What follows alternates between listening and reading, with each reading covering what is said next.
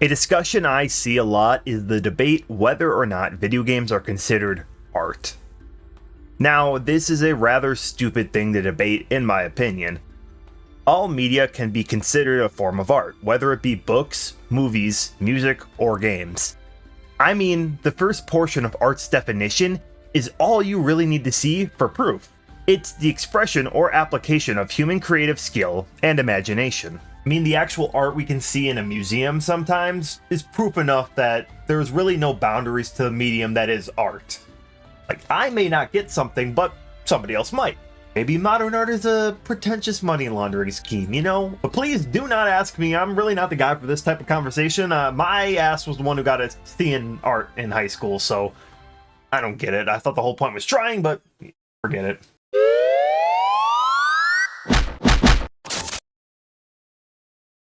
In the defense of those who debate this topic, I think some argue to the point of a game deviating from the norm and creating an experience that defies what many have come to know. Video games started as high-score, action-packed games with a pretty basic premise on most accounts. The early games didn't need a deep story to make the games fun, but as games got larger in scale, the end goal for many developers changed. Stories that were able to succeed only in the medium of video games showed up, creating fun and interactive experiences. In the current day, games come in all sorts. There are still that standard turn your brain off high score adjacent game experience. Some are more immersive in design and of course follow a wide number of genres. For me, one of the first big games that was on the stand of defending video games being more than just a video game started with discourse surrounding Shadow of the Colossus. This was the first game I saw people discuss about being something more, something deeper than just your fun and video game adventure. Not saying it's the first game to provoke this conversation, and today there are so many games, primarily in the indie sphere, that do this, more or less providing an experience over just a game. This game had a lot of buzz around release, one that any PlayStation owner wanted to own, it seems. Moving today, many who grew up with this game recognize it as a masterpiece, one of their favorites, or just simply one of the best video games to ever exist. Before scripting and even playing the remastered version, I saw debates resurface of the game's quality, or lack thereof, to some degree. When the re-releases came out for PS3 and the remake on PS4 as well, the debate almost felt like it'll be ongoing as long as this game is talked about. That, of course, is all fine and dandy. We all play games for different reasons. I love long JRPGs or games that just wind down and be cozy, or really anything in between. I'm totally fine for a game providing an experience over a standard game too. No hate if that's not your style. It makes sense for many to not be swayed by this kind of video game. The common phrase, art is subjective, rings true here as well, as we see all things through our own lens, life experiences, morals, and opinions. Apologies for a pseudo-intellectual deep-style rant I got going on, as opposed to some of my usual topics, but I felt it was needed for what I wanted to talk about with this game. Shadow of the Colossus is one of my favorite games of all time, one that hasn't swayed with the 2 decades it has been around. Honestly, it might have even grown in appreciation for me. Whether you played the game and loved it, hated it, or somehow never even heard of it, I urge you to join as I talk about this one-of-a-kind game. Maybe I can change someone's mind, if anything. Give them a chance to maybe replay this game and see it from a different angle. Well, I say we finally get it out of the way. While Shadow of the Colossus was released on the PS2 in 2005, I'm going to mainly be covering the PS4 remake done in 2018. Regardless, let's dive in.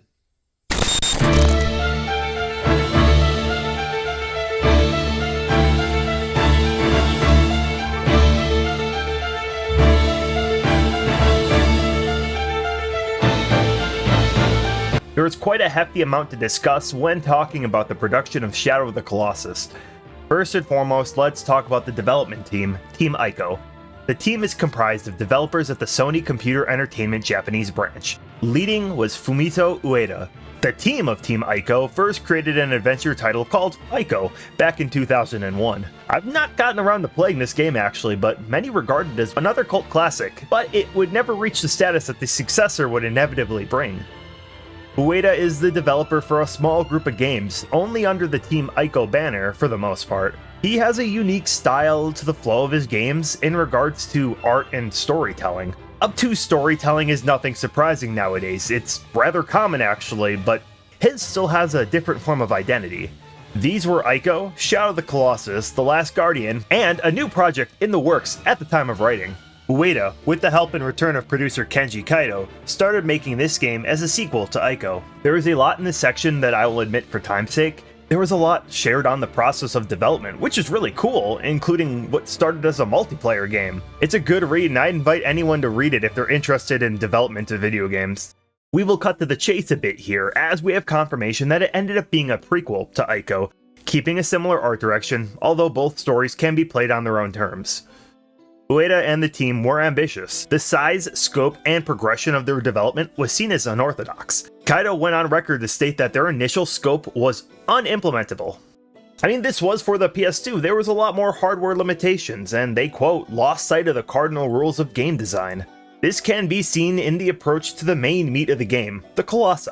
For an example, a critique is the nature of these boss fights, and some even argue that if the moniker is fitting for some of the Colossi in particular. Some simply work as levels, as we will see. A lot of design came from inspiration of games like Zelda, fighting huge bosses, but going at it with an entirely different approach. Tying this in with a clear love for kaiju films as well as everything else, we got a clear intention behind the game's design. Each Colossi had implemented their own AI for their programming. As opposed to a hard-coded design, the AI was individualistic and created a widely praised choice for the sticking point of the game. Back in 2005, this was also seen as a lot more ambitious despite how often the words AI are used in today's age. The focus was put on these Colossi and the Colossi alone. There were thoughts of adding smaller enemies to fight, but they did not want to tarnish the overall flow and message of the game. Each Colossus was created, then its lair, and after they were formalized a bit, the world was built around this.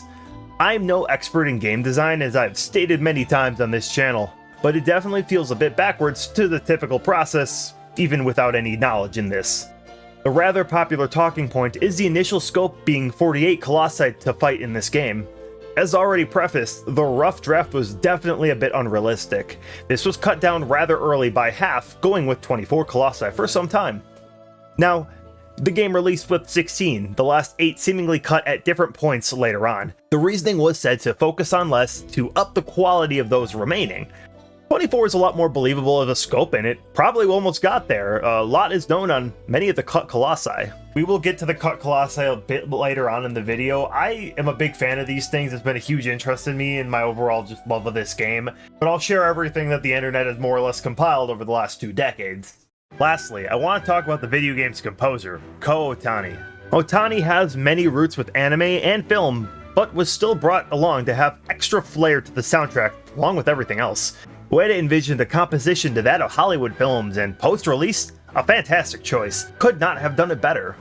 The soundtrack clearly was crafted for every individual moment, envisioning a lot of the emotion that the game wanted to convey to you. It's triumphant, mysterious, adventurous, and somber, all when it needs to be. Finally, to not bore many more and maybe go into actual game stuff, the game released to an obvious amazing reception. Fans and critics loved the game. As stated, it has been regarded as one of the best games ever made to many people. There were some criticisms though, mainly seen with the frame rate and control of both horse and camera. There were some critiques on the game's overall length and even replayability, but that last point I cannot agree with. Now, sales were great, topping charts, and skipping to the present, we saw an HD release packed with Ico for the PlayStation 3, as well as the aforementioned PS4 remake done by Bluepoint Games. Its influence is massive, holding a nice place in the hearts of many. This is a big talking point for the emotionally charged narrative of a video game being held in regards to the same liking as more typical pieces of art. Of course, all aspects of this game help with creating that debate topic, so I think it's best to move into the game now and where we can even pull these comparisons from.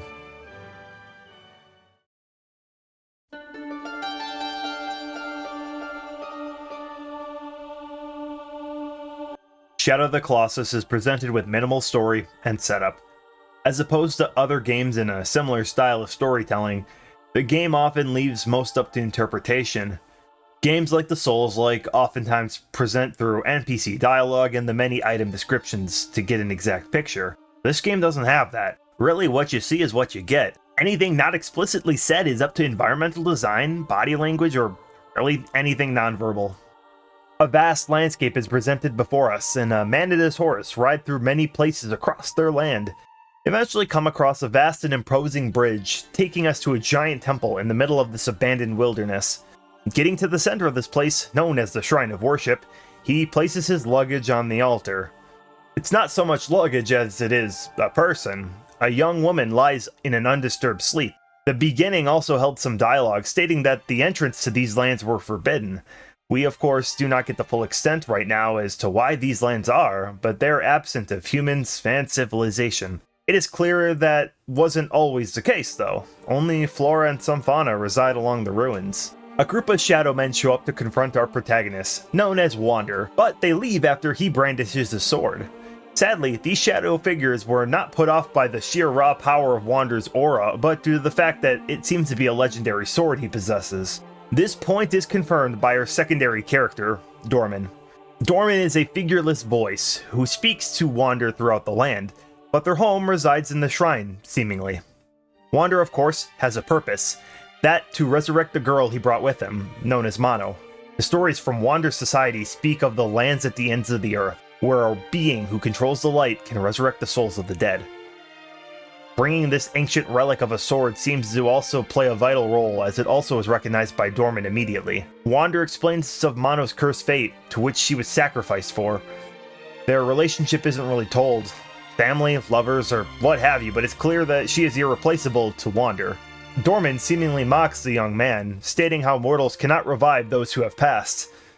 However, through unknown reasons, Dorman explains that through endurance and use of that ancient sword, it actually can be possible to revive Mono. The task at hand is to destroy the 16 idols in the shrine. The only way to slay the Colossus that is depicted in the lands is with said sword. These idols will fall when the incarnations are slain, one by one.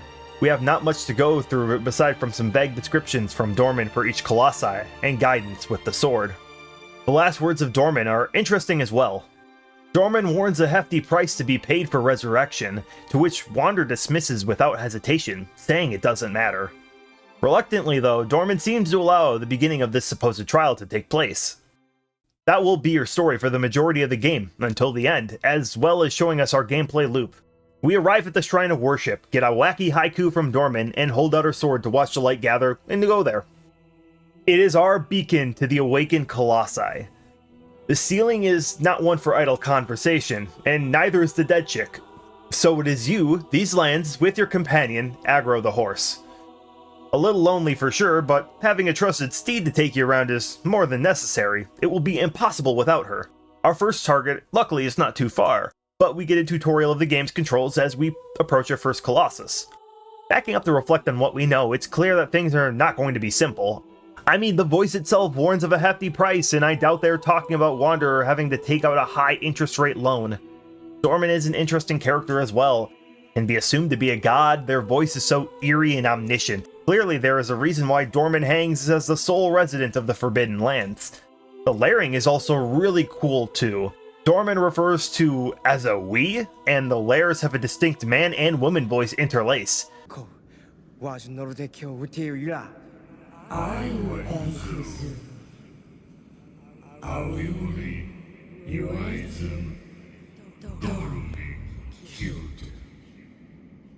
It begs to think, what is it? Is it more than just one creature? We have no choice but to trust this disembodied voice, as Wander seems desperate enough to do whatever he has to do. It is rather interesting that your closest confidant and best chance at getting Mono back is also the most suspicious and incomprehensible to their own motives. It's a unique dynamic for the main two leads. With all the guidance we seemingly get, we traverse the Forbidden Lands to find our target.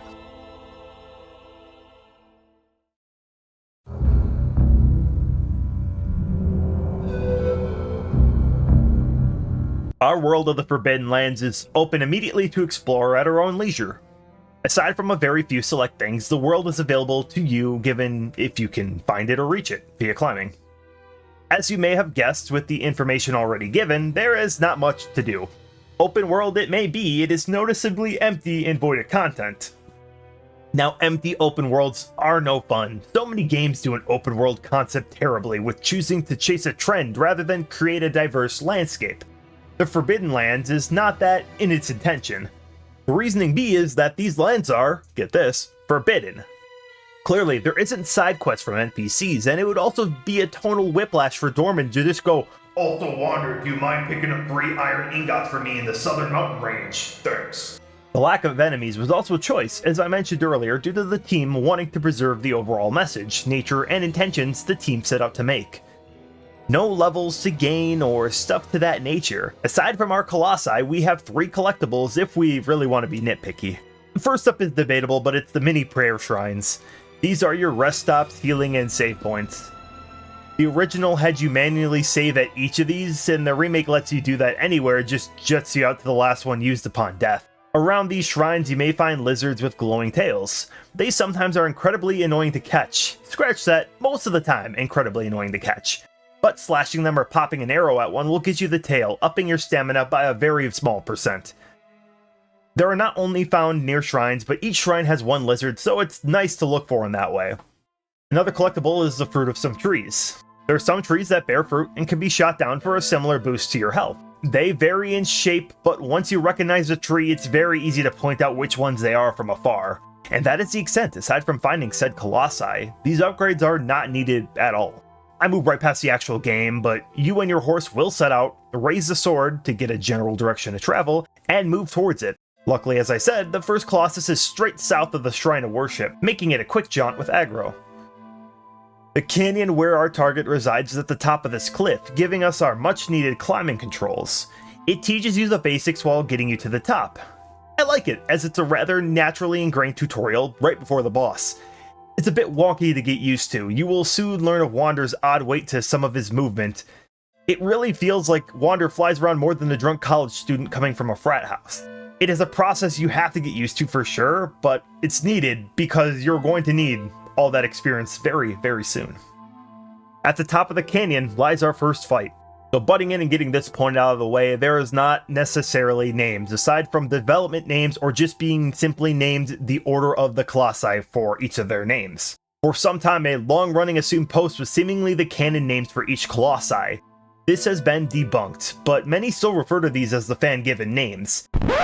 Okay, so I thought I'd get this out of the way. I actually never saw the original post until after I finished writing the script, and I gotta be honest, how did people fall for this? This is one of the most just trust me bro posts of all time. It literally says, "I got this from my friend who lives in Japan" on a forum post. This is so crazy that people actually believed this and ran with it, and I'm still gonna be running with it. That's just insane. Early 2000s were a different time on the internet. I'm going to be using them too to help differentiate them a bit more, as I really don't feel like referring to them as number Colossus every single time. They're what I called them for quite a long time until recently figuring out that this was actually completely false. So I guess that's interesting at the very least. So moving past this point is our first Colossus, Valus. There was a way to start off the Colossi with an amazing start.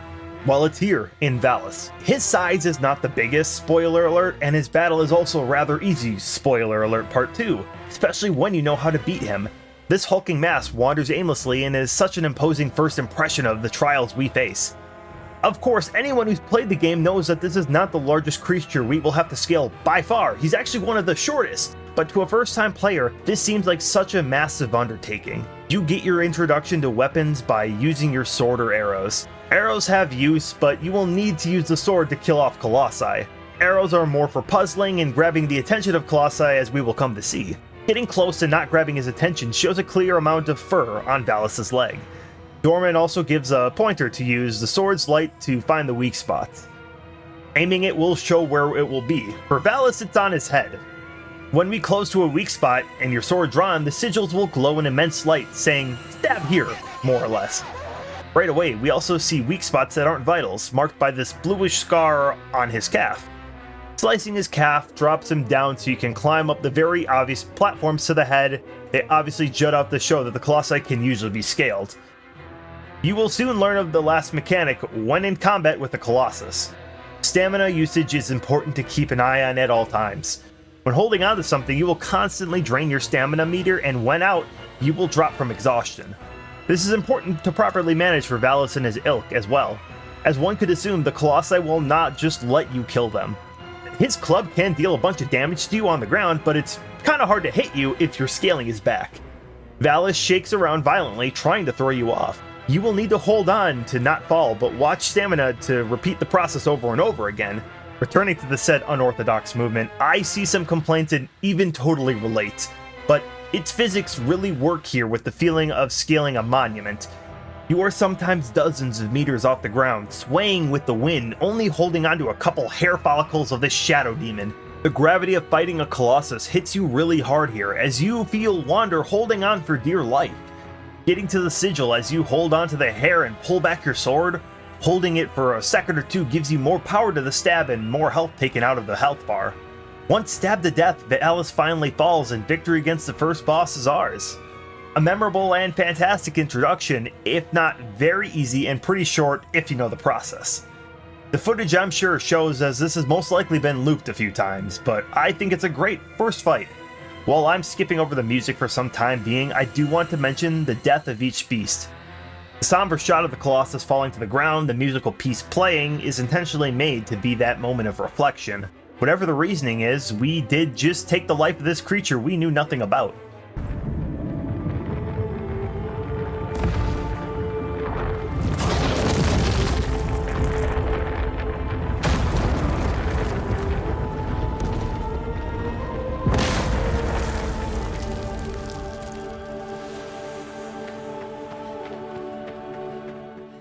Once down, black tendrils spew from the Colossi and chase down Wander.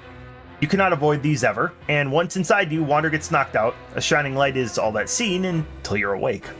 Next we see is the shrine. Wander is collapsed in the center, a shadowy figure looming over him like we saw in the intro. The camera pans to the idol and it bursts with a divine light, crumbling to rubble now. Once the camera's back on Wander, the figure is gone, and he awakens for Dorman's next set of instructions. This will be your loot for the next 15 or so fights, so get used to it. To the opposite of where we went, we are sent out to the next beast. It's described as by the sea and slow moving, but we still make haste to kill the next Colossus.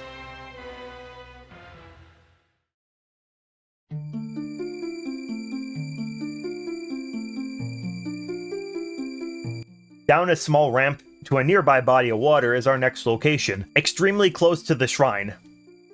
We get to walk down here with Aggro. I can mention a bit more now. Aggro itself is also her own AI, usually following you at all times while not being ridden. Some have expressed dissatisfaction with the controls and yeah, it's janky at times.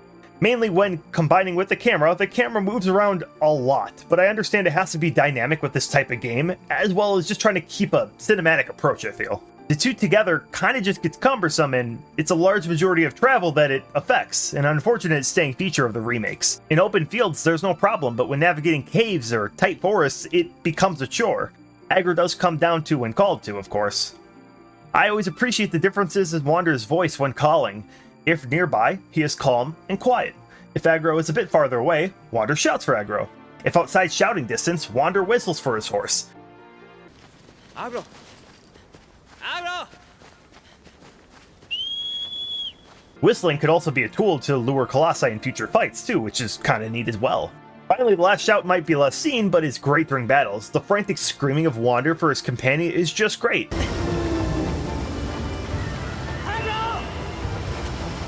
It's great in terms of detail, care for his horse, and just kinda sad. Like, you feel Wander's concern for the danger Aggro might be in. If you aren't a fan of the horse's controls, you will need to at least put up with it. As I said, it's vital for later parts of the game, including fights. Down by the cove, approaching totally suspicious wall greets us with our second fight, Quadratus. A lesson part 2 of a tutorial boss is using your horse and arrows in lieu of just your sword. Quadratus is very slow in its movement. And also, our first look at a quadruped, as opposed to our bipedal friend we just killed. The underside of the feet all are susceptible to injury. Once again, look for the glowy things. The goal will be to lob an arrow during the very slow walk cycle the lad displays. Shooting said tootsies does stagger Quadratus, allowing us to begin climbing his armored legs. The creature is significantly less hairy than Valus, given more of showing the armor types of Colossi we will fight. We also see 2 sigils for weak spots here, one on the head and one on the tail area. The sigils are split 50-50 for health here, but that won't always be the case. Just keep stabbing until the sigil burns out, typically. If the visuals won't tip you off, the fact that no more damage dealt to the Colossi should hopefully help you. Better time to talk here about the music. Holy shit. The movie-like composition is so appreciated here. While the overworld has no tunes to listen to, the fights have a dynamic arrangement, changing depending on the stages of the fight. A more battle-ready track is playing for the initial confrontation, showing an overall aggression in the Colossus here. Once onto the back and going towards the weak points, we get to change the more triumphant and victorious tune. It really hammers in that feeling of the game telling you, that's it, keep going. Never did music feel so encouraging to continue your plight. Even still, if you fall off the back for some reason, the track will go back to the original state. It's amazing, the soundtrack is just top tier. So many tracks used to give you a feel of the personality of the Colossi. More with this last point a bit later. Quadratus is solid, but overall less of an impact to the first. Not terrible, mind you, but a solid place as our second fight, I'd say. Back at Dorman's crib, we see the same cutscene more or less play out, now with 2 shadow guys bumming around. You can probably guess, but one will be added per fight, go figure. I also should mention that your health and stamina do go up with every giant felled, and it's entirely doable to play the game if the collectibles seem a bit boring to continue. To each their own, the boost for Colossi Slain is a bit bigger, but there are a lot of collectibles you're missing out on. The trek to our third fight is less straightforward than the first 2, giving me the feel of our first actual adventure here. It is the first time you are likely to use a prayer shrine in between the main one as well, and an angry giant in a large canopy is our guide this time, and coming across a lake to the north gives us our destination. This is an arena set in the middle of the lake, and it's surely iconic. At the top is the third fight, Gaius. Back to a humanoid Colossus, this one resembles a knight to a degree, covered in armor and brandishing a large sword. You will figure out very quickly that there's nowhere to get onto Gaius, a conventional way at least. The biggest clue we have is upon a missed strike from Gaius to the watermelon known as Wander's head, the sword gets wedged into the earth and you get a few seconds of relief as the Colossus attempts to remove the sword. The sword is wide enough to easily walk on it, but if you try that, a wrist cuff blocks any further progression. While not the standard way, many try to test the luck of Gaius flinging you to their head while riding the sword. It's possible, but if that's something you were struggling with, the more intended way is much easier to pull. With all our knowledge, Dorman will give you the last key if you're still needing a hint. The armor is brittle. The stone platform in the center here looks like it could be used, and baiting a swing to the platform does cause the sword to bounce back, and it shatters enough armor for Wander to ascend. The Colossus is still hairy underneath the armor. Just saying, this adventure would be impossible if any one of these folks found out about shaving, like good lord. Stab the abdomen and continue to the head. Clearly a common weak point for Colossi. I wonder why the head would be such a weak and vital point. Gaius is a really memorable fight. It really cements the trial we have to face. The tutorials are over, the gloves are off, it's time to slay. This is the most aggressive Colossi to date, and the way to climb it is not sticking out as much as the previous 2. I feel like this is the point where the game will click with the player if you are trying to find a reason to continue the journey or not.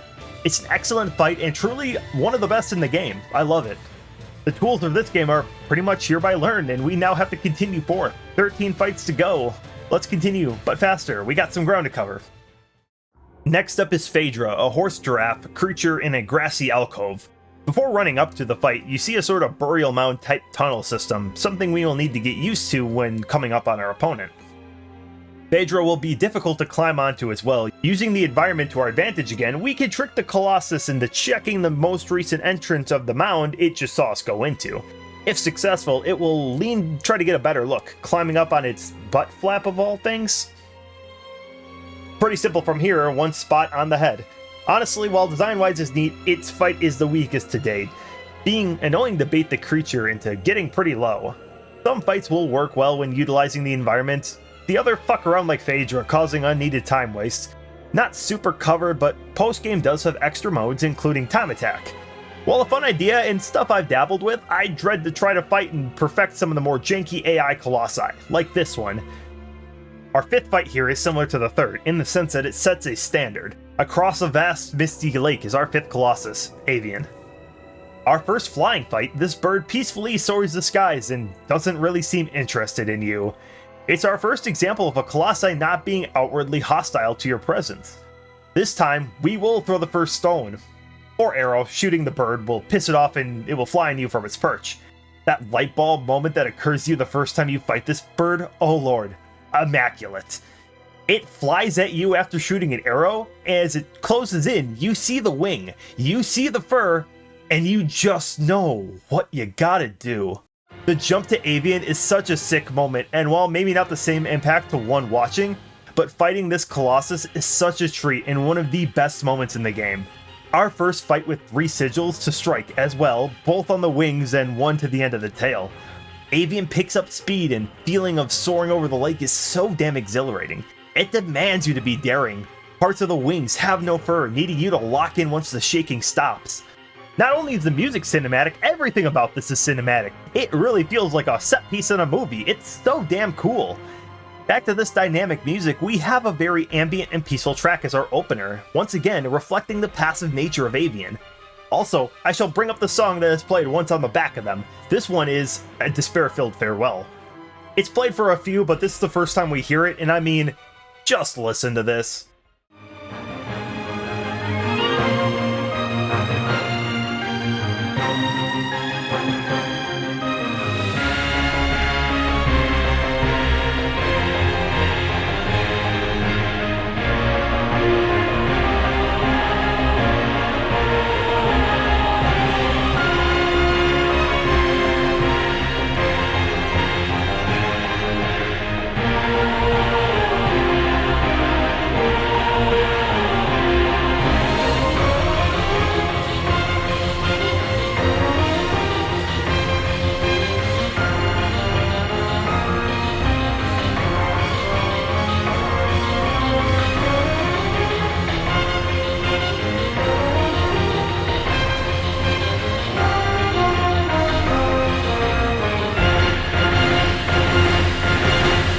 It's another early game peak fight and so damn good. Up at number 6 is Barba, who has the longest route of this game at this point to get to. He had to cross many areas of the Forbidden Lands just to reach this temple that this Colossus lives in wait. The world is genuinely beautiful, a place untouched by man in such a long time. The world may be intentionally empty, but damn is it not a sight to behold. Light clearly takes a prioritization in many aspects. The lighting of this game is done very well, and the different biomes make traversing more of a challenge. If misty, foggy, or a dense forest, you do not get light. It's a different hurdle to cross when traversing, as making it to your fight is the first part of this puzzle. One of my favorite parts of this game, and especially the art style, the lighting felt so realistic, especially when playing on the PS2 for the first time. This was something I never experienced before in a video game. Oh right, Santa Claus. Yeah. This is Valus, but with a beard. Nice try, buddy, you can't fool me this time. In the depth of this temple, a secret door opens and the first leg is running from Barba to a safer location. This part is a tad anxiety-inducing, at least for me, maybe due to the fact that a giant bearded man is homing in at you at your location. At the opposite end lies a little alcove for us to hide under, and if you weren't tipped off by the beard, well, Barba looks into the little hut, giving you easy access to get aboard him. This once again goes to the whole topic of Wander being so fucked if shaving existed. Do Colossi get receding hairlines? That's putting too much thought into it. It's a pretty simple fight, not too much else to go on. Once you get on him, just stab him a few times, you're good. Up at number 7 gives us a new mechanic to deal with, in the terms of Hydros, the 7th Colossus. And while design-wise it's a giant electric eel, that's pretty damn cool, the fight sucks. It's our first official water fight. I feel Avian's Lake didn't really count, as it takes place mainly above the lake. This slippery bastard swims around and you have to bait them into swimming up to you, allowing access to the back end. You now begin the slow passage to the head, making sure to slash the small weak points to stop electricity from, well, shocking you. Gripping to the fur as well as holding your breath is a double stamina sapper, making this hard to do in a cycle. Usually you'll be forced to surface due to Hydros diving in after some time. It is an unfun waiting game, but in the end it's more boring or annoying than bad, I'd say. It's at a time where swimming controls in video games weren't really at their peak, so I guess it's good that they didn't have too many of these guys. Moving into Colossus 8 is Kuromori, the gecko dude. The smallest of the Colossi by this point. This is a pretty neat fight. You fight in some cool Colosseum-like place with many paths to traverse. Once the boss notices you, it will spew some sort of toxic breath at you, needing you to keep moving. It typically will climb the walls for a better vantage point to vomit on you, where you will shoot the bow at their ankles until they plummet to the ground. It's a pretty simple fight, but it's pretty fun. I think the arena is overall cool, and of course design is a good mix-up. It's a good palate cleanser for the next one, cause Well, number 9. I fucking hate this fight. We come across a dried lake bed, scattered with geysers. In comes the goddamn lightning turtle. This slow-moving behemoth lugs around, and pretty quickly the solution is clear, but the execution is abysmal. First up, the lightning shots are freaking heat-seeking missiles, and Basarin will prefer to do that rather than move. You have to lead it to one of the geysers and tip the turtle over. While the geyser spray seems forgiving, it fucking isn't. The spot is so damn precise, and trying to be precise with Basarin is like trying to thread a needle during a fucking earthquake. Okay, the geyser hits for once, Basarin loses balance, and the bottom of the feet get exposed. Similar to Quadratus, you snipe them and tip them fully over. Now you climb the underbelly to get to the shell portion at top. The top of this shell, as you expect, has no fur, and when the Colossus decides to get back up, your ass gets flung off. I'd hope the shitty design would be rectified a bit, at least for the geysers in the PS4 version, but it isn't. It feels even frustrating when it works, which is about 20% of the time. To show my frustration, most bosses took a few minutes on average. The Basarin was nearly a 30-minute punch to my fucking scrotum. This is the worst fight in the game, and honestly, the one that only really infuriates me. At least we continue on an upwards trend. Mostly.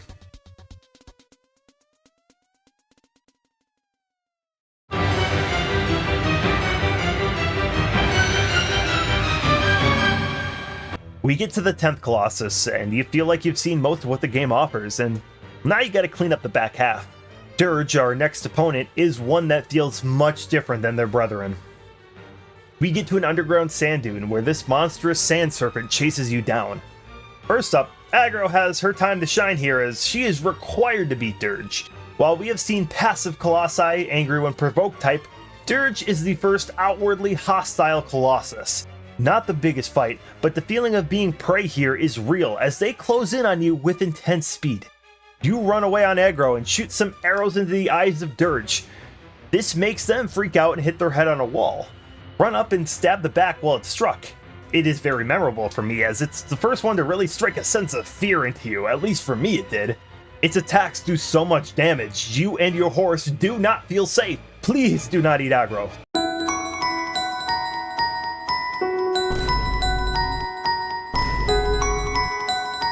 Once dead, we got up to number 11, and up on that list is my second least favorite of the Colossi. But the gap between Celosia and Basarin is quite wide. This is called the Guardian of Fire, and entering the chamber you see one of the smallest Colossi of the group. Its aggression and power make up for its smaller size. Finding the solution takes a second, but climbing one of the many braziers allows Celosia to headbutt the base. The first hit will knock a wooden plank from the fire. It will be on fire, and picking it up shows that the Guardian of Fire is scared of it as well. You lead the beast to the edge of the altar where it tumbles down the cliff and loses its armor, protecting the sigil. It sounds pretty solid, right? Well, starting with issue 1 was something I found more in the original game, getting stun locked. The aggressive asshole constantly charges at you. The hit will always knock you down, while Wander takes a 10-minute power nap. I felt I had more of a chance to move once waking, but I remember dying multiple times just to not making it to the brazier and getting headbutted to death. Also be advised, the fire does burn out. Don't take too long or it's back to Charge City. Once the armor is gone though, it seems like it should be done, except you realize you have to be a certified rodeo champion as this lion turns into a bull to buck your ass around until you run out of stamina. I get it's fighting for its life like every other fight, but chill the fuck out! At least the fire portion, once done, is a one-time deal, and there is a weak spot for you to poke. Alright, now that Celosia is done at least, this is pretty much all the Colossi that I would consider to be unfun, and now they're out of the way. Another aspect I want to praise is that we are still getting unique concepts for nearly every fight. Even fights that are close to the size of the normal animals like Celosia exist, we still have to be creative in our approach. This is still true with our next fight. Our second of the water fights is much better in my opinion. This is Pelagia. The way to fight them is obtuse at first, but it involves dodging the lightning shocks and finding a way onto the beast. If you use your sword or wait too long and hear Dorman yell at you, the vitals are not in a reachable place. It's around the stomach. As you can see, that part is quite literally submerged. Getting to the back is a rather easy climb, and you see no weak points on the head. Well, actually, in the head. There are these teeth-like appendages that if you decide to give them a little whack, wherever you hit on the row of teeth sends the Colossus in that direction. The fact that you get to control these bosses is kind of a sick idea. Pelagia does jerk around with each hit quite a bit, so you gotta make sure you can stay stable on the head. Lucky for us, the same things that we are hitting provides a pretty decent safety net. You deduce that you want to get to the second floor of one of these shrines that are around the water, and going there changes the approach of the Colossus. While hiding, Pelagia will try to look for you, popping themselves up on the higher ground. You gotta repeat the process, and the boss usually breaks one of the shrines, which is probably pretty smart on their part. It's a cool and creative fight. In the footage, I did a riskier attempt to climb the mask portion of Pelagia. Trickier to pull off, a time saver if you want to do some time trials later on though. Also, I guess more than anything, but my most recent playthrough, I had the idea of the controlling portion of the fight. So, always I just assumed video games with dictating bosses' movement and stuff like that. I guess I never really thought to look at it too deeply, but it feels like it's almost jerking to the pain of hitting essentially exposed bones. Maybe that was obvious to many, and yeah, looking back on it, it probably was, but it's one of those things that's just a bit more morbid than just playing Ratatouille with the boss. At the end, we get a deviation for the first time since our start. A cutscene plays where a group of masked men ride towards the Shrine of Worship. They are still some ways away, but the leader brandishes the same mask we saw in the intro, clearly after Wander. We won't get the conclusions we want right now, but of course, we have a girl to revive, so back to murder. 13th up is a pretty memorable encounter in the way of Phalanx. This fight is majestic in so many ways. Our largest colossi by terms of length and the largest arena by far, this entire desert expanse is our battleground. This is another fight too where we need aggro to even make it. The first task is getting it grounded, as it flies too high for us to do anything other than pop the air sacs that scream weak point. Once all 3 sacks are down, Phalanx drops low enough to the ground, digging its fins into the sand while it hovers the dunes. Riding aggro towards said fins allows us to make a leap of faith onto the body of the Titan. While I know the fan favorite seems to lean towards a despair-filled farewell, I fucking love this track. It's called Counterattack. This isn't the only time it plays, but, well, just listen again.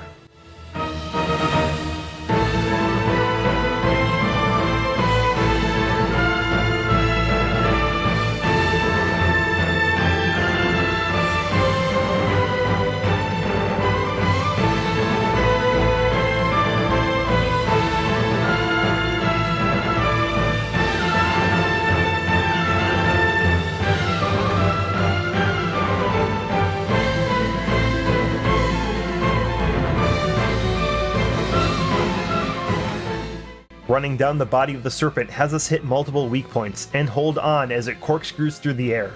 It will submerge in the sand, making you repeat the process, but it still remains an amazing fight. Lastly, this is without a doubt the most peaceful Colossi.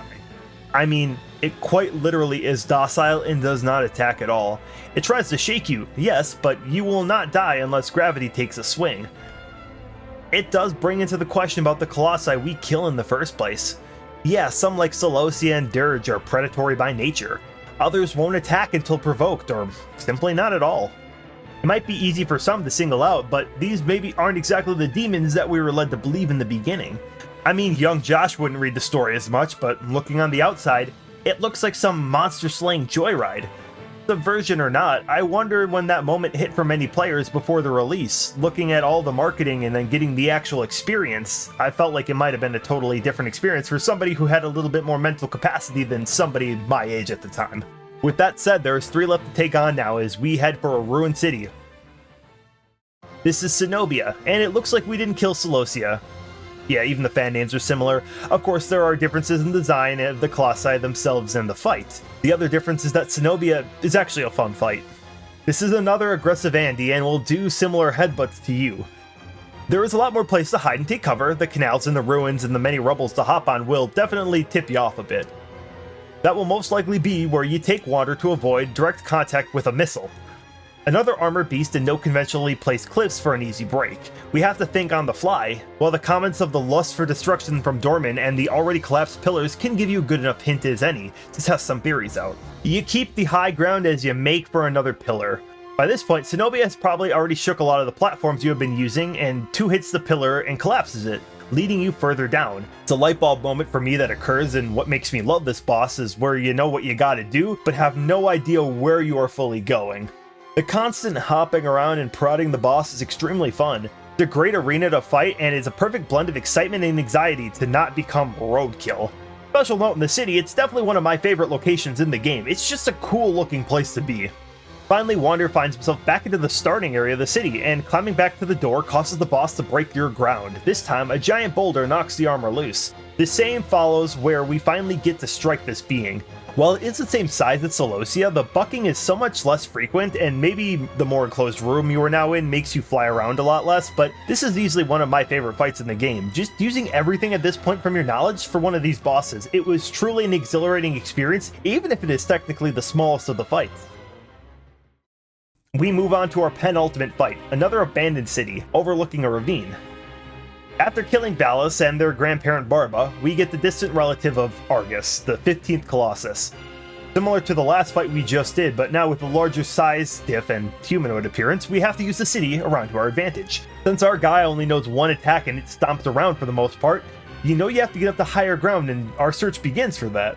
Not crazy on this part, as it isn't easy enough to stuff out, but the platforms lining the walls will shift when Argus steps on them, due to their looser placement. You use that to climb and bait another attack from their weapon and knock down some rubble, making it to the skywalks above. Leaping to the head seems to be all the same as any other humanoid colossi, but the sigil is not our only one. If you were to use the sword to check for spots at all, one shines towards the right hand, where the sword is. Yep, it's on the palm of their hand. There is a weak spot on the right arm, and stabbing it clears one issue, disarming Argus. They are too stupid to pick the weapon back up, however, and you just gotta get to the hand with its convenient palm fur. Easiest to bait an attack from medium range, where once with a sword swing is now a fist slam. Jump onto the hand and poke until death. It's a unique idea for an extremely unconventional weak spot, and the way to actually get there is cool to see as well. Finally though, we have one more boss to slay, and this journey will be over, right?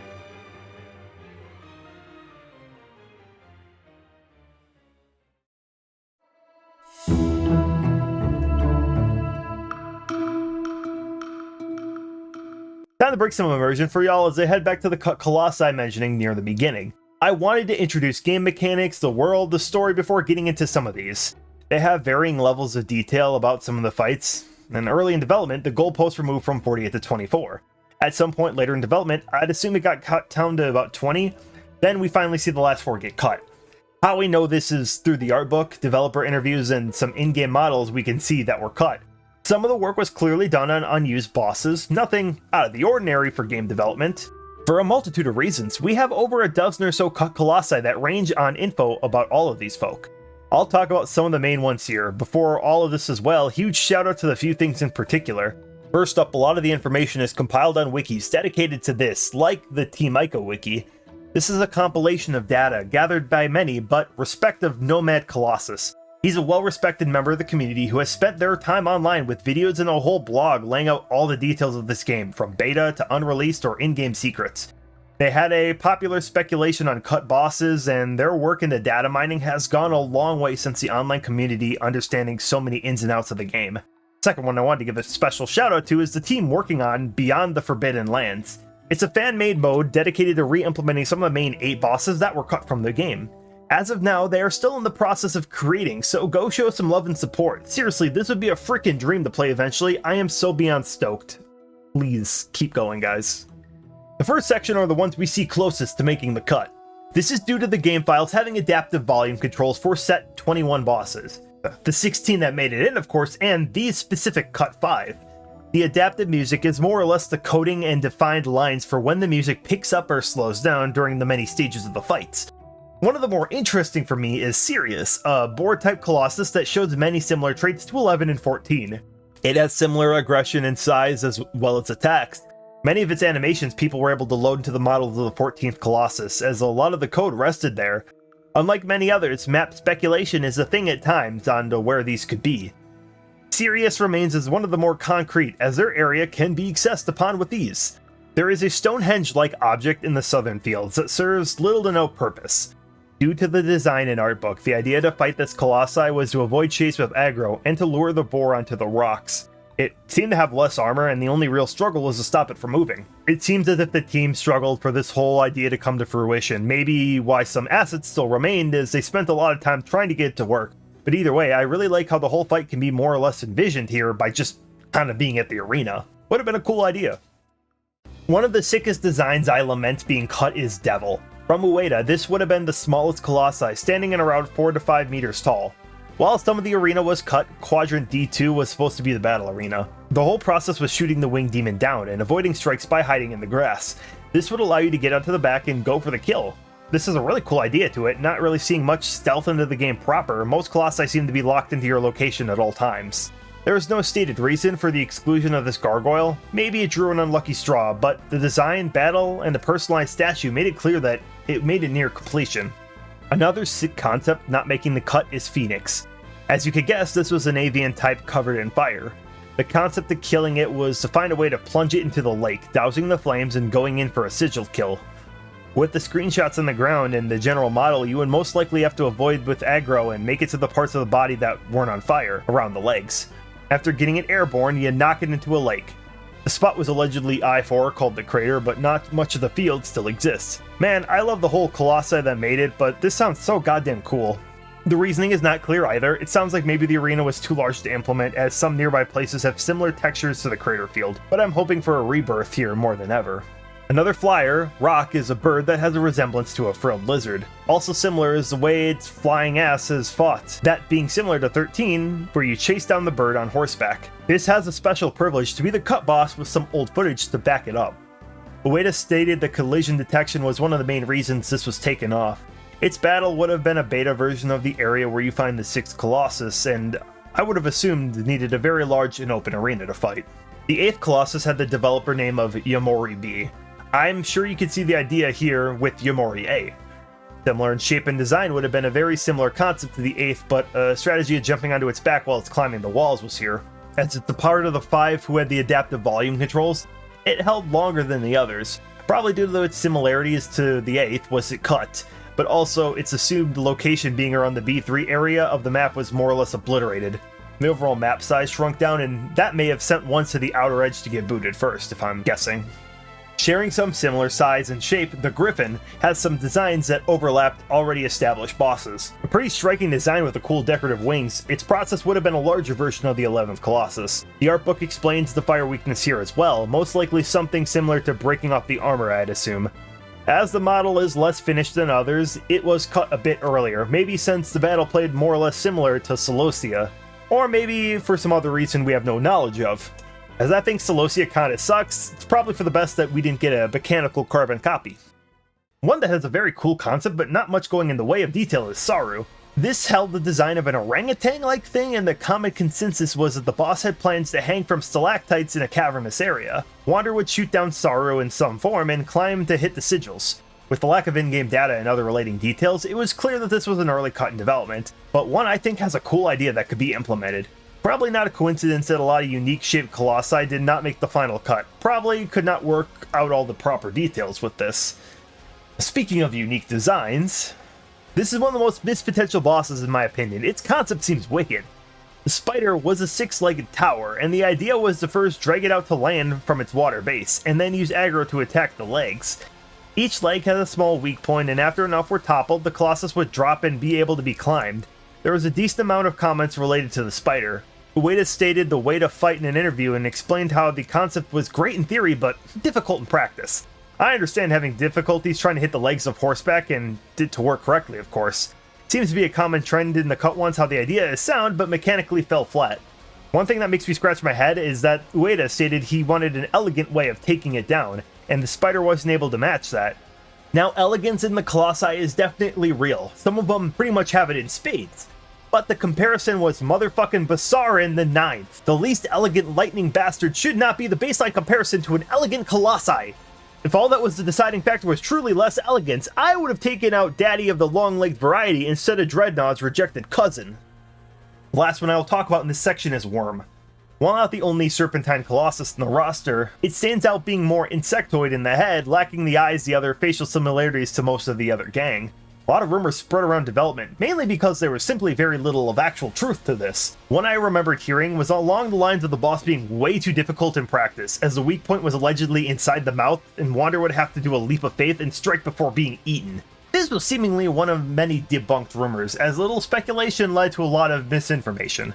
What my guess is simply goes down to the most boring path being the ideas were cut or merged with other bosses. As I said, there were some already serpent-like bosses, so priority went to those. I still really like the design. Its whole body is a lot more intimidating. Maybe it's due to the lack of eyes and other facial features, just a dark void of a mouth. Thanks for taking this trip with me. I really wanted to cover the cut content. It ended up being a lot more than planned, but as I stated, I'm kind of obsessed with these guys, and I would love a playable version of these.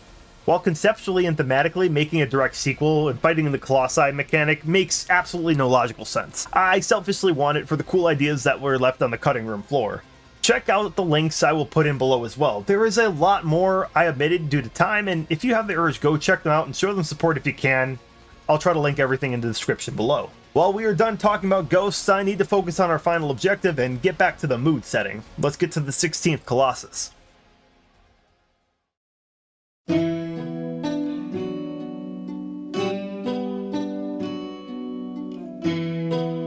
Wondering what your final task will be, we don't get any overview of the coming battle. We make haste to the southernmost tip of the Forbidden Land. It's a bit of a ride down here, but good to reflect on our journey too. You may have been curious and passed by a deceased colossi during the games at some point. Whether it be accident or morbid curiosity, the bosses will stay forever rooted to the ground. Sand and dirt envelops them. Vegetation is growing on them. I mean, who knows how long this whole adventure took from Wander's perspective? It's kind of hard to say. How the Colossi came to be is never fully revealed. Like many other aspects, but with many of the design of the bosses, they have design that clearly mimics the buildings that used to lie here. While that may seem obvious and lean towards the once residents of this land having hand in construction for whatever reason, I always had the idea these Colossi came from the land itself. Their existence is vague, and they have the way of seemingly going back to the earth upon their death. They are more organic than not. The inorganic material seems to not be attached. Were there more like these? What were they and why were they here? They hold many questions that will simply never be answered, but we have to shake off that feeling for now. At the end of the road is a large mountain path, blocked off by a sealed gate.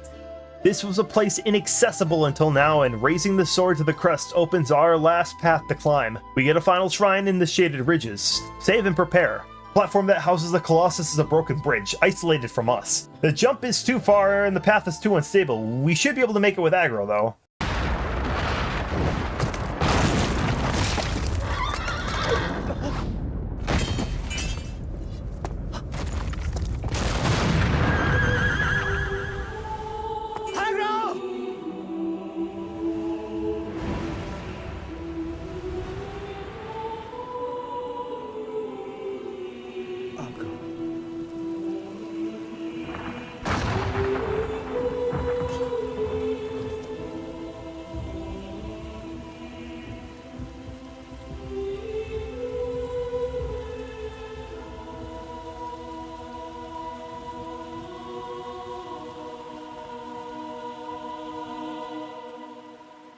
Our only ally gone, a partner, one whose absence would make this journey impossible. Aggro disappears below. It's one of those moments where there isn't a point to give up. I mean, we've made it this far. Aggro threw Wander in a desperate attempt to make him live. Giving up would only diminish the sacrifice our companion made. Climbing up, rain hits, the sky darkens, and a storm begins. At the top lies a darkened sky with a lone tower in the distance. This, of course, is not just a tower, but it's our final opponent, the tallest beast we have yet to scale.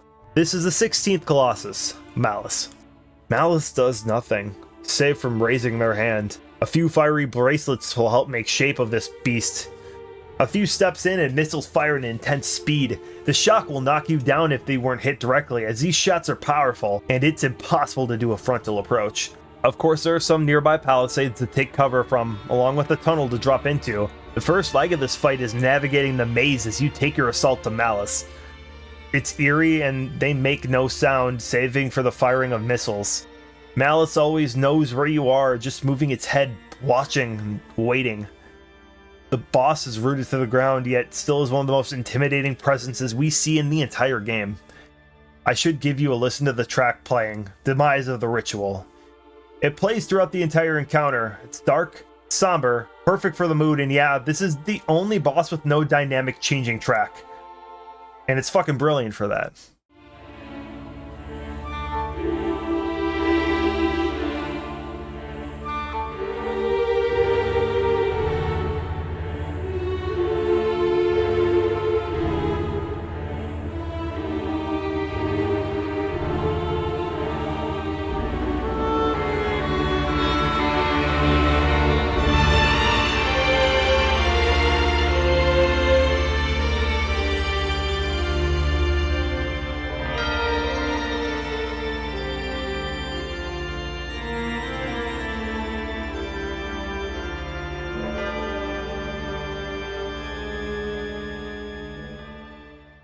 mean, it makes sense too.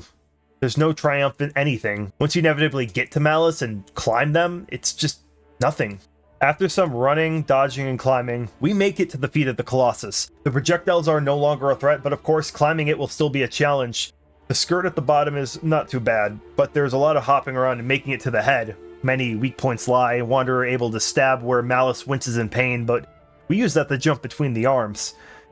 The shot of it staring at you, directly facing off with them, is awe-inspiring. You would think it violently tried to shake you off, but it just simply watches.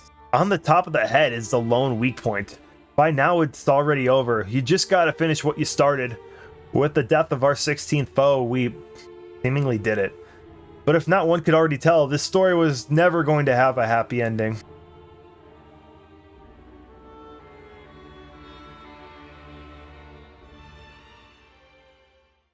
When this is all over, we get back to the temple. The group of travelers arrive and they try to stop Wander, it seeming like, led by one known as Lord Iman. They reach the inner sanctum right as the final idol is breaking. Once done, they see the disfigured protagonist becoming more and more unrecognizable. Late into the game, Wander becomes more pale, veins appearing around his eyes, and with the final kill, horns sprouted on his head. He appears to be barely even the same. Iman laments his soul being possessed by the dead even. The men take action and begin to shoot Wander down. When the first arrow hits the leg, shadow pours out like how the Colossi bled. One of the soldiers goes for a finishing blow and stabs Wander through the heart. It doesn't stop Dorman, who has now used Wander's body and still able to stand now. The truth comes full as Iman's ancestors were the ones to sever Dorman, an evil deity, into 16 parts, stealing away their true power and closing off the lands. It seems that if Dorman breaks out, the rest of the world may be doomed. Iman and his men make a last-ditch effort to seal away the demon, taking the ancient sword Wander had and now is running for the exit. You get a segment where you play as Dorman/Wander and try to stop the men. You are too slow to really do anything of substance, most likely due to Dorman getting used to a corporeal form since who knows how long. The men take the ancient sword and head up the stairs. At the top, Iman uses an incantation with the sword, throwing it into the pool below. This will be the new jail for Dorman as they are sucked into the pool. Another controlling segment is here where the shadowy remains of Dorman are stripped from Wander. The man makes one final ditch effort to reach Mono, who still remains lifeless. Another futile attempt, as you could assume. The spell was too strong and Wander will never ever make it back to Mono. After being exhausted from his strength, he will fall into the pool where Dorman and Wander now reside. Iman and his men ride off, determined to seal off the Forbidden Lands with more permanence this time. The bridges collapse as the crew sets off and leave the lands once and for all. It may seem like it's over, but it isn't. We get a shot back to Mono, who actually awakens. In a strange land, all by herself, she looks around for a sign of any life. In another twist, Agro survived the fall, limping to the shrine and just making it back. Mono seems to recognize Agro at the very least, and the two search the abandoned shrine now. Credits will roll, first showing the remains of each Colossi returning to the earth. Then goes to Iman and his men, watching over the Forbidden Lands, most likely being the last time they will ever visit this cursed place. Then at the pool where Wander and Dorman were sealed is a small baby. The baby has the same horns Wander had right before his possession. Confused, Mono takes the child and the three venture up further into the shrine that we never saw. The scene ends at the top, the haven of sorts, so she rests on the roof of the shrine. The design feels serene, grass and the flowers litter the stone, animals run rampant. A fawn walks cautiously up to the girl. The picture of Mono holding the baby while surrounded by a crew of animals feel ripped from a fairy tale. The contrast of what we have seen. The final shot is a lone bird soaring through the lands, mimicking the intro we saw of this game as our introduction to the setting. It loops around. Like the baby or fawn maybe represent, life goes on. The final ray of light cast over Mono at the end of the world is telling him that there is hope. That there is something to see past the darkness. Life maybe can be cultivated here.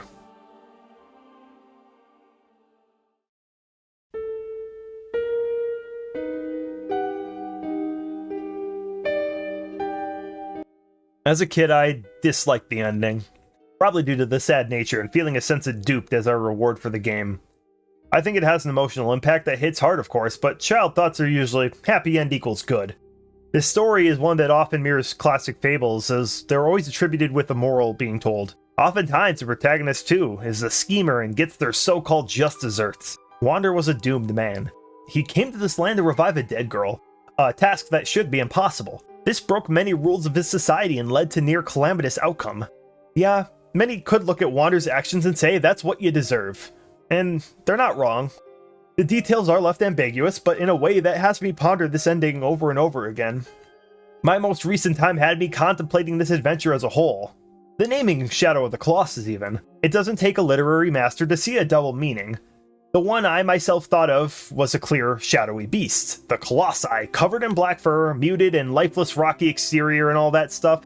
The shadowy blood, the tendrils that ooze from their corpses. It's all in the name.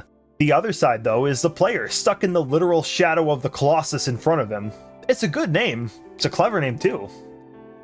But the name message goes even further. Of course, I mentioned an intentional art direction for the game and some unique lighting effects. One of the main mechanics is utilizing light to find the Colossi. Scattered across the ashen bodies is light sigils to show the weak points on them. You must be in the light. Using your sword under a roof or in a cave or dense forest simply won't work. It's light clashing with the darkness. A theme that is as old as time, really. A commonality used in literature when diving into the ethics of light versus dark is the whole idea that they feed off of each other. They coexist. Dealing with both is necessary, as you really can never rid one or the other. With light comes darkness, shadows cast over the land. Shadows could be even interpreted as a moral gray, a point in between the two. It is an inevitable. Shadows will exist. Similarly attributed to the idea of yin and yang that follow this nature as well. The opposite colored dot in the middle of each shape represents a seed of said nature. The seed is always there, one can never get rid of the other. It is meant as a symbol of harmony, balance, and coexistence. They create each other as well. Light force creates a dark force just as a dark force creates light. I bring all this up for many reasons, but to highlight the game as a whole. Yeah, the game is tragic and it seems hopeless, but there is always that sense of a lingering hope. Wander fucked around and he found out. But who to say what he did was wrong? His relationship wasn't solidified, but it came with pure intention to save somebody he loved. His whole life would mean forfeit if she would come back. That was clear from the beginning cutscene. Does it excuse the crimes he committed or the morally questionable slaughtering of the Colossi? Iman and his men struck me as a group that were in an unavoidable position. Whoever Wander was, he had to be put down. Maybe if they came earlier, his fate could have been different. Iman's reaction and the words don't hit me as full of hatred or malicious intent. It's just disappointment. There's a clear pity for such a foolish man. Sure, the slow initial killing of Wander could be cinematic or something like that, but it shows a potential hesitation in the men. Iman does shout the orders to kill Wander twice. It shows, to me, reluctance to kill somebody of their kind. I can't imagine that weighing too lightly on the other's conscience. But maybe they can't blame him either. If not Mono, maybe it was another woman who would have been sacrificed, another one of their loved ones. For Christ's sake, the two barely look older than 18. Mono and Wander are basically still fucking kids. Mono gets sacrificed and Wander goes through an impossible scenario to do the impossible, creating the ire of the rest. Change the sacrifice and Wander could have easily been Iman or the crew here. It's a shitty situation for all involved here, and I can imagine that could be going through their heads during this moment too. Iman's last words ring importance here too, and the end credits. Should you be alive, if it's possible to continue to exist in these sealed lands, one day perhaps you will make atonement for what you've done. It strikes me as a man who would hope there is something more for Wander, rather than to just be used as a simple puppet. Maybe he could die with some integrity. When Dorman breaks out, the seal seems to work, maybe severing the connection the two formed. Maybe this baby will retain all of the memories as penance to understand the crimes and try to fight or beg for forgiveness. At least in my view, it's a simple hope that Wander may be able to live and learn, not to potentially live and suffer a cursed existence from basically what an ancestor placed upon him. The slow corruption of Wander's body, going from one with pure intention to fully encased in darkness, matching the pale white dress worn by Mono. It's a contrast the two hold at game's end. Wander, to me, feels like the white yang in this instance, with a lone seed of darkness inside. But who would be on the other side? The Colossi themselves? Of course, some are hostile, some are docile, and many won't be aggressive until you close in on them. It becomes a fight for survival. They had clear, individualistic personalities. While explained as vessels for Dorman's spirit, they clearly are more than mindless drones or monsters. The cries are distinct, they're real. Their full extent of their being will never really be known, as they might have just been vessels, but it's hard to argue that they were not alive. If not the Colossi, maybe Dorman was the Black Yin? It feels the most fitting. Dorman was a seedy ally to begin with. The true nature isn't clear, as you could guess. Some sort of devil? Maybe a deity who controls the dead. Regardless of what one thinks, Dorman never deceived Wander. The warning was spoken as clear as can be. A heavy price to pay. Wander did not care. When that price was paid, the promise was still kept and Mono came back to life. It's hard to say that Dorman is nothing if not fair. You could argue that committing theft of a relic and trespassing to the lands to reach Dorman was more than enough to tell them that Wander is desperate enough to sacrifice his sense of self for this girl. Maybe Dorman understood all of that and simply aimed to toy with Wander. It can be constructed as that common trope with wish-granting beings like genies or gods, where there's always that catch. You want $1 million? Well, it's stolen money and you're a wanted criminal. You want to be popular? People increasingly get obsessed over time, causing irrational and violent behavior to obtain affection. Bringing back someone from the dead only to become a husk for Satan sounds like an ironic twist for sure. It's giving your life up for another. And yeah, I could keep going back and forth pondering this for way too long. The clear symbolism of light and dark within the story and the character motivations to simple stylistic direction, it's all here. In the end of it all, it's a beautifully written and sad tale, one written like a Greek tragedy in a sense too. But it does more than simply make one feel bad. That isn't good storytelling. Neither would be the opposite, of course. In the end, the world is not doomed. Wander may still see Mono alive and well, and life maybe will go on for them. The Forbidden Lands maybe could be rebuilt. Maybe a new civilization learns to harmonize with their land for the better. It's more than just a tale of you playing somebody in the wrong, the whole idea of atonement to stay alive and comprehend the damage you created. This is not meant as punishment. No, it's giving them a chance to learn, grow, and teach. That really is life in a nutshell. Mistakes are often big and small, but those who have a constitution to listen and change benefit more than staying forever in the dark. A contrast to who you were versus who you've become is a goddamn powerful message to convey. And if that ain't art, I really don't know what is then. It's a one-of-a-kind experience that I can say with good faith is an amazing game, as it's a work of art. It touches upon a large aspect of life that, while common, does it in its own way. None of this was what I thought when I played this as a 10 or 11-year-old. Through my life and its experiences over 15 years later, I have a completely different outlook on the game in its entirety. I genuinely urge you to try it out, even if you played it already. It hits it different when you actually play. And if you can't get behind it, even if you've tried multiple times, well, like any other video game, movie, or general art, that's okay. Art is subjective. We all take something different from our games. I guess I look into meaning a lot more with these stories. Why I play video games a lot of the time. Play something that is fun, but also mentally destroying me, changing my outlook on life, or something in between. It keeps me going in times when the world sucks, life drags on, and the world beats you down. To think and discuss games, share something I love, and to see how games like this impacted many others as well. Well, I'm here in the first place. I would give anything to create a piece of media that changed oneself and changed the world because of it. That sounds like an amazing thing to do. Maybe it's a masochistic tendency to look for stories that break me down at times and make me feel like shit. Lie in my bed for hours stunned or something like that. But the best kinds are the stories that, for me, no matter how dark the world seemed or even at the lowest point of it all, there's a light waiting to be found. And my hope for anyone listening, anyone watching, and through what medium it is, I hope you find your light.